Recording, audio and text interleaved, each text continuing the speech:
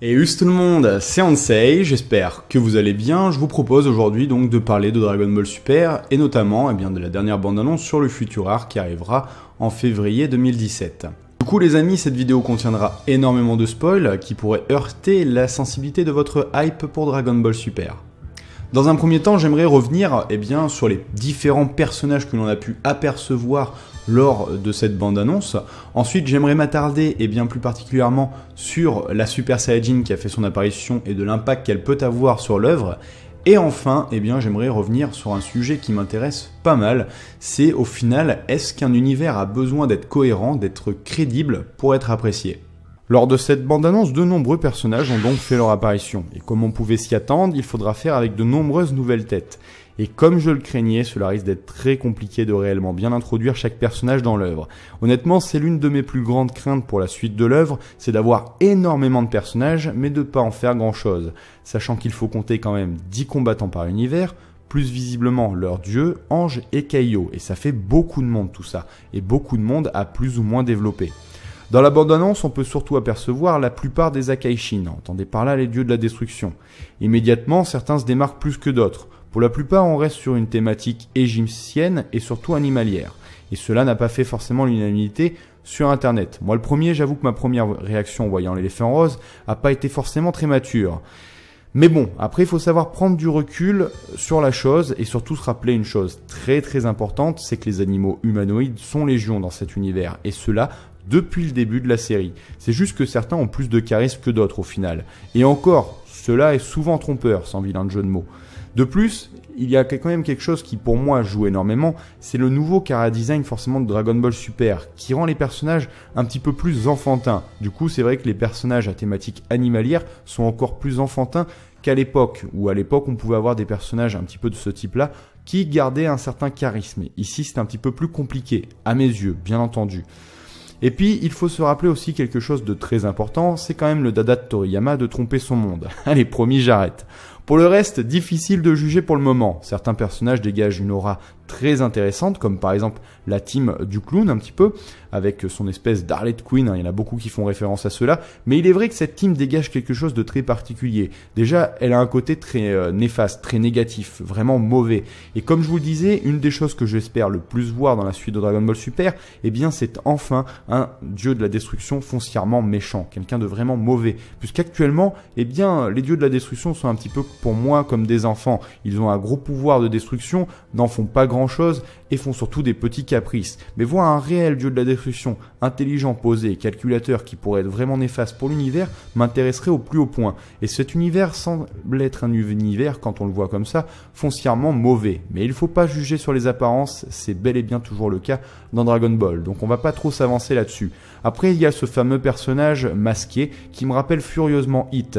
Et je serais pas étonné d'apprendre que ce soit un assassin peut-être d'un autre univers. Parce que pour rappel, Hit est le meilleur assassin de son univers. Il y a certainement d'autres assassins dans d'autres univers et pourquoi pas, une sorte d'opposé à Hit. Donc je suis très curieux d'en apprendre plus sur ce personnage masqué. Et en général dans Dragon Ball, quand on ne vous dévoile pas un personnage immédiatement, c'est qu'il a quelque chose à jouer, un rôle à jouer dans le développement certainement du scénario. Donc encore un point très intéressant durant cette bande-annonce. Après voilà, pour le moment il est encore trop tôt de toute manière pour juger les personnages et je pense que même si on n'est pas fan de leur design, on peut au moins leur laisser une chance de se distinguer. Après tout au début, Cell et Boo n'étaient pas forcément très charismatiques comme personnages et pourtant ça ne les a pas empêchés de marquer la série par la suite. Allez, on va attaquer la partie qui certainement a marqué le plus de personnes durant cette bande-annonce. C'est la présence d'une Super Saiyajin provenant, semble-t-il, de l'univers 6. C'est vrai, quand on regarde son chara-design et ses vêtements, ça rappelle énormément le chara-design de KB. Mais ce n'est pas en plus n'importe quel Super Saiyajin, puisqu'il s'agit, avec de gros guillemets, visiblement, d'une Super Saiyajin légendaire, qui ressemble de très près à Broly. Alors c'est vrai que vu comme ça, on dirait qu'on a collé une paire de boobs à Broly. C'est un petit peu déroutant. Alors je vais vous expliquer en 3 points concrètement ce que je pense de ça. Pour commencer, je trouve l'idée d'avoir enfin une fille Super Saiyajin véritablement géniale. C'est vraiment quelque chose que j'ai toujours voulu voir dans cet univers très masculin. J'en ai souvent fait mention, j'en ai souvent parlé, mais il est vrai que de voir enfin une fille Super Saiyajin se démarquer et rivaliser avec les plus grands de l'univers Dragon Ball est quelque chose que j'ai toujours voulu voir et qui pour moi sera que bénéfique pour la suite de la série. De plus, il ne faut pas négliger un certain public de Dragon Ball. Il y a quand même une grosse partie du public qui est un public féminin et qui aimerait certainement se retrouver dans d'autres personnages que Chi-Chi et Bulma qui font un peu office des potiches de service et de se retrouver dans une combattante capable de rivaliser avec les plus grands. Du coup, je trouve vraiment cette idée vraiment géniale, vous l'aurez compris.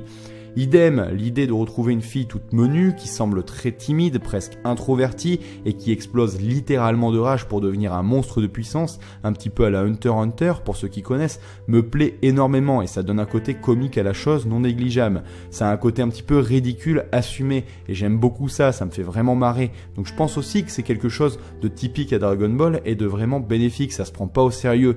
Seulement voilà, pourquoi une telle ressemblance avec Broly? Est-ce que c'était réellement nécessaire? Pour moi non, ils auraient fait exactement la même chose sans utiliser le chara design de Broly, ça aurait été vraiment génial et ça aurait marqué, je pense, autant les gens. Mais là ici, vous l'aurez compris, utiliser le chara design de Broly, pour moi ça casse complètement le délire. Déjà je trouve que cela brise la légende de Broly, alors rien à voir avec le fait que ce soit une version féminine, je vous arrête de suite, mais plutôt de le revoir plus ou moins réintégré ici. Et pour moi, Broly n'a clairement pas besoin de revenir, car ce qui pour moi fait la légende de ce personnage, c'est que même si justement il n'est pas canon, il a su marquer l'univers Dragon Ball au point où dès que l'on parle des films, immanquablement on pense à lui. Il est présent dans quasiment tout ce qui touche l'univers étendu et bénéficie de pas moins de 3 films. C'est le seul méchant de l'univers étendu à avoir bénéficié d'autant d'adaptations. Pour moi, Broly représente justement en quelque sorte le méchant ultime de l'univers étendu de Dragon Ball. Le seul Super Saiyajin bénéficiant de sa propre transformation, c'est pour dire. Et même si les années passent, personne n'oublie ce personnage. Preuve en est, même la nouvelle génération de fans ne désire voir qu'un film de Dragon Ball, c'est celui du Super Saiyajin légendaire. Je crois qu'il n'y a pas une seule semaine où je ne reçois pas un message privé pour me demander comment voir le film du Super Saiyajin légendaire. Donc honnêtement, l'intégrer à l'œuvre originale maintenant n'apportera rien de plus, il a déjà suffisamment marqué les esprits et c'est très bien ainsi, ça fait partie de sa légende. Alors je m'attends déjà à ce qu'on me dise, mais Ansei, ce n'est pas Broly. Mais bien sûr que oui les amis, ce n'est pas Broly, il n'y a pas besoin d'avoir la science infuse pour comprendre cela. Pourtant, peu importe son nom, peu importe son changement de sexe, tout ramène à Broly, la preuve en est ces débats. Les références sont trop frappantes. Pour moi, c'est une sorte de Broly à moitié assumé. Tout simplement parce qu'il serait trop compliqué de toute manière de réintégrer le vrai Broly dans l'œuvre. Ça poserait beaucoup trop de problèmes de cohérence. Et encore ici, il reste quand même pas mal de risques. Parce qu'on ne sait encore rien du personnage, comment il sera intégré, et comment sa transformation, si c'est réellement le Super Saiyajin légendaire, sera intégrée. Quoi qu'il en soit, si une seule référence est faite à Broly, eh bien le personnage deviendrait canon, et alors l'œuvre perdrait toute cohérence. De plus, il est vrai que quand je vois toutes les réactions qu'il y a pu avoir sur internet, toutes les réactions qu'on a pu avoir ici et là depuis cette bande-annonce, eh bien j'en suis arrivé donc à mon dernier sujet, au final, à me poser cette question. Est-ce qu'un univers a réellement besoin d'être cohérent, d'être crédible pour être apprécié? Et à force de méditer sur cette question, j'en suis venu à la conclusion qu'au final, eh bien oui et non. En fait, une œuvre nous touche tous plus ou moins d'une manière différente en fait. Certains vont avoir nullement besoin de cette cohérence, de cette crédibilité pour apprécier un moment, apprécier une œuvre, apprécier un épisode, ce que vous voulez finalement. Ils n'ont pas besoin de cela en fait. Ils n'ont pas besoin de sentir qu'ils sont face à quelque chose qui est logique ou crédible. Alors que d'autres vont avoir justement cette nécessité, ce besoin en fait d'être face à quelque chose qui leur paraisse cohérent, qui leur paraisse un minimum crédible pour pouvoir apprécier une œuvre quelle qu'elle soit. Du coup, vous doutez bien, moi je me situe plutôt dans ce deuxième cas. C'est vraiment chez moi plutôt un besoin, vraiment une nécessité en fait, d'être face à quelque chose qui me paraisse cohérent, qui me paraisse crédible, afin de pouvoir me projeter dedans en fait, et de pouvoir consommer cette œuvre à ma manière. Et ça pour n'importe quel type de média, c'est pas forcément que Dragon Ball, c'est ma manière de consommer n'importe quel média, que ce soit un roman, que ce soit une série, un jeu vidéo. En fait, j'aime être face à quelque chose qui me paraisse cohérent, qui me paraisse crédible, tout simplement quelque chose qui a des bases solides sur lesquelles je peux me reposer, sur lesquelles je peux imaginer des choses, sur lesquelles je peux me poser des questions, rechercher, parce que c'est ma manière à moi de consommer un contenu finalement. Et donc ça, on ne me changera pas. Après, pour moi, il n'y a pas une manière ou une autre qui est meilleure que l'autre. Chacun, consomme un média comme il le souhaite. En plus, c'est un petit peu particulier avec Dragon Ball, puisque normalement, un auteur, quand il écrit une œuvre, et ça, n'importe quel type d'œuvre, un auteur, qu'il le fasse consciemment ou inconsciemment, à un moment donné, il est obligé de faire un choix. Il choisit de rendre son univers cohérent ou non. Ici, avec Dragon Ball, on est face à quelque chose qui, de base, était quand même assez cohérent, qui se voulait crédible, et qui, ici, pourrait potentiellement partir dans l'incohérence totale. Alors, attention, vous allez me dire, ouais, mais on sait, il existe pas mal d'incohérences déjà dans Dragon Ball. C'est vrai, mais si on prend l'œuvre brute, les 42 tomes de base, ce qu'a écrit vraiment l'auteur, où on est sûr que c'est vraiment lui qui l'a fait, et pas oui, il a participé, en gros il a juste signé son chèque et voilà. Quand on regarde les 42 tomes, certes il y a des petites incohérences, mais le tout reste crédible, on est quand même face à quelque chose de relativement cohérent, dans lequel on peut se projeter, dans lequel on peut imaginer des choses, dans lequel on peut se reposer sur des bases, voilà, vous voyez ce que je veux dire. Moi c'est ce que j'aime. Du coup, ici déjà, avec Dragon Ball Super, quand on prend le parti de toute manière de faire une œuvre qui se passe pendant une autre, forcément, c'est la porte ouverte aux incohérences, après plus ou moins grosses. Après, il y a des œuvres qui, elles, choisissent de base d'être incohérentes, et c'est complètement assumé. Du coup, moi, j'arrive à apprécier ces œuvres-là, parce que de base, on vous propose quelque chose qui est totalement incohérent, mais assumé. Là en tête, bon c'est pas forcément le meilleur exemple, mais moi par exemple, je sais pas si vous connaissez le manga Gintama.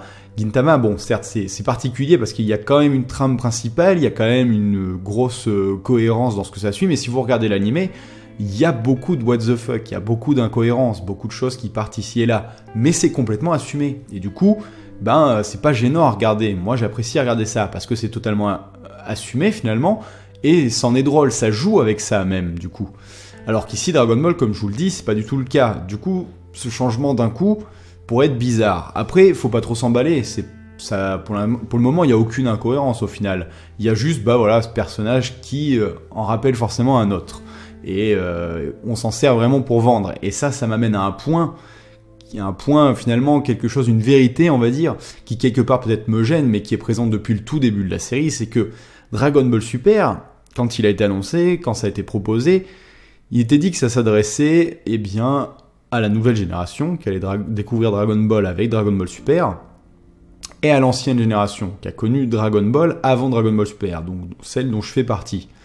Il est vrai que les premiers arcs semblaient s'adresser principalement justement, surtout aux anciens qui connaissaient Dragon Ball. Surtout l'arc Zamasu, qui pour moi, l'arc Black Zamasu, était vraiment destiné au public fan de Dragon Ball Z. Alors que ce nouvel arc, j'ai vraiment l'impression qu'il cible en priorité justement la nouvelle génération. Il cible en priorité cette nouvelle génération, parce que c'est cette nouvelle génération qui achètera les goodies, qui achètera tout ce qui touche à l'univers étendu. C'est celle-là qu'on veut toucher en priorité, puisque le but numéro 1 d'un studio, ce ne sera pas de faire forcément quelque chose de cohérent et crédible par-dessus tout, mais forcément faire quelque chose de vendeur.